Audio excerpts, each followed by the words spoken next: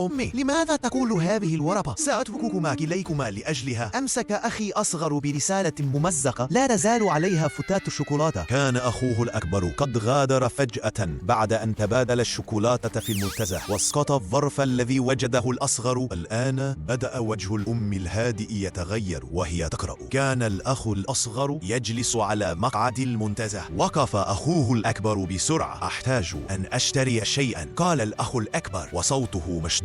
أسقط ظرفا عاديا بينما استدار ومشى بعيدا بسرعة. شاهده الأخ الأصغر وهو يذهب، ثم التقط الورقة. انتظر قبل أن أخبرك بما حدث بعد ذلك. إذا كانت أمك هي بطلتك، اضغط زر الإعجاب واشترك حالا. ميكل بعد هنا وصدق. ركض الأخ الأصغر إلى المنزل. أخي ترك هذا، قال لأمه وهو يمد لها الظرف يقول: اقرأ هذا عندما تكون وحدك. ابتسمت الأم وهي تأخذه. ربما واجب منزلي، قالت وهي تفتح الورقة. اختفت ابتسامتها. مسحت عيناها السطور قبل أن نكشف الحقيقة. هل ستبقى صامتا لحماية براءة طفلك؟ اكتب نعم أو لا في تعليقات. لهثت الأم ويداها ترتعشان. سقطت الورقة على الأرض.